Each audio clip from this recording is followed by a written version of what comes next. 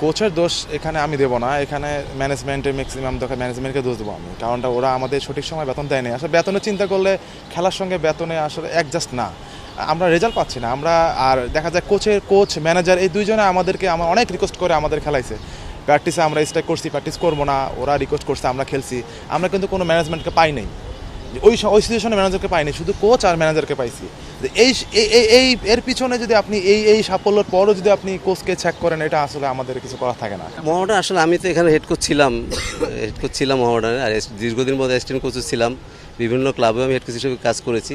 তো আসলে চাপ একটু থাকলেও তো বলবো যে ইনশাল্লাহ আমি আশা করি চাপ কাটিয়ে উঠতে পারবো। বাংলাদেশের one of the biggest team Dhaka Mohammedan sporting club limited, সেই ক্ষেত্রে মোহামেডান ক্লাব চ্যাম্পিয়নের বিকল্প অন্য কোনো কিছু চিন্তা করে না। আপনারা জানেন যে মোহামেডান ক্লাব ডিফেন্ডিং চ্যাম্পিয়ন, এবং ডিফেন্ডিং চ্যাম্পিয়ন হওয়ার পরে আমাদের যে দল গঠন করা হয়েছে, আমাদের যে ম্যানেজমেন্ট এবং আমাদের যে কোচিং স্টাফ এনারা ছিলেন, আমাদের কয়েকটা ম্যাচ খারাপ হয়েছে, নিঃসন্দেহের মধ্যে কোনো ভুল নাই। সবচেয়ে বড় জিনিস যে আপনারা জানেন যে মোহামেডান ক্লাবের এখন ম্যানেজমেন্ট চেঞ্জ হয়েছে, নতুন কমিটি আসছে, এবং নতুন কমিটির একটাই চিন্তা চেতনা, মোহামেডান ক্লাবের কর্মকর্তারা, মোহামেডান ক্লাবের সমর্থকরা জয়ের বিকল্প অন্য কোনো কিছু চিন্তা করে না, তাদের একটাই চিন্তা কিভাবে জয়লাভ করা যায়।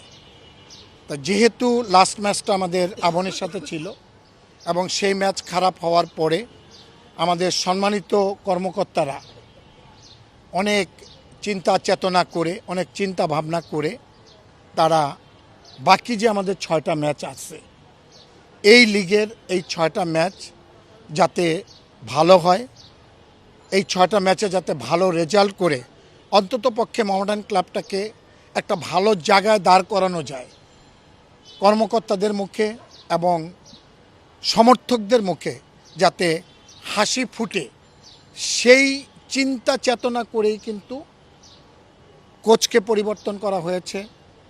আর আমার কথা যদি বলি, আপনারা জানেন যে আমি বহুদিন মোহামেডান ক্লাবের ম্যানেজার ছিলাম, এবং বহুদিন ম্যানেজার থাকাকালীন আমি সুপার কাপ 2বার চ্যাম্পিয়ন হয়েছি।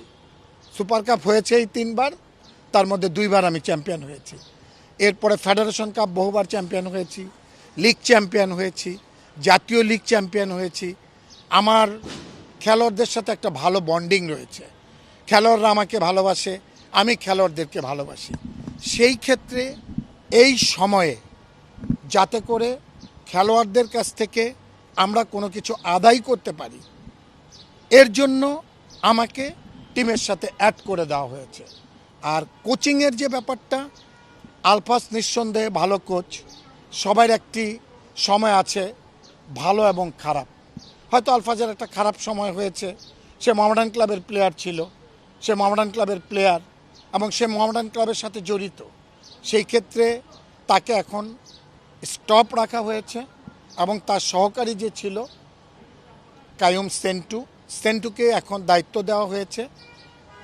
সেন্টুকে দিয়ে আমরা বাকি এই 6টা ম্যাচ আমরা দেখব।